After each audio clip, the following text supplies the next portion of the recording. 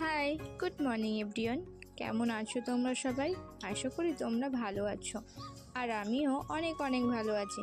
আজ সকালে বেরিয়ে পড়লাম সবাই মিলে বড়দি বাড়ি যাওয়ার উদ্দেশ্যে, কারণ আজ আছে বড়দির দেওরের রিসেপশন পার্টি। বিয়ের দিন কোনো কারণবশত উপস্থিত থাকতে পারিনি বিয়েতে।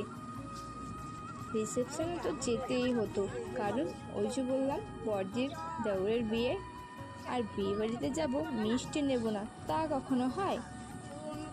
তো বাজারে একটা ভালো মিষ্টির দোকান থেকে মিষ্টি নিয়ে নিলাম। আর যেহেতু আকাশে মেঘ ছিল, বৃষ্টি নামতে একটু দেরি করলো না। তো বৃষ্টি অনুভব করতে করতে আমরা এই যে মজা করতে করতে চলে যাচ্ছি এখন বড়দি বাড়ি যাওয়ার উদ্দেশ্যে। ইনি আবার পান খেতে বসে গেছে আর বৃষ্টি হচ্ছে, এই যে ঝাঁপ দেওয়া আছে, হাসছে।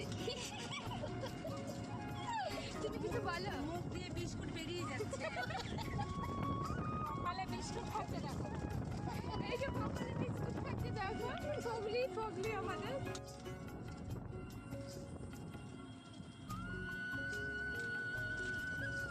আমাদের বাবুও দেখো আর তোর দিদির বিস্কুট খাওয়া দেখে আর ও সুস্থ হয়ে থাকতে পারবে না। আমরা মজা করলাম, আনন্দ করতে করতে এখন দিদি বাড়ি যাচ্ছি।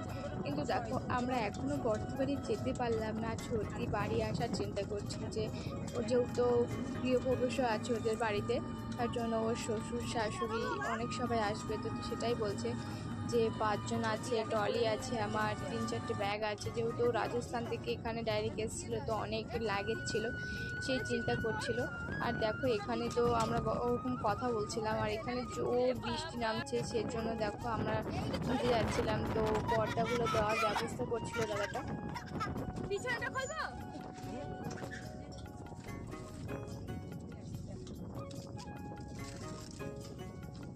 তোর দিকে নাই, তা তুই তো ভিজে যাবি। পুরোটাই দিয়েছি। ওরে ঠিক তুমি এই যে এটা খোলো।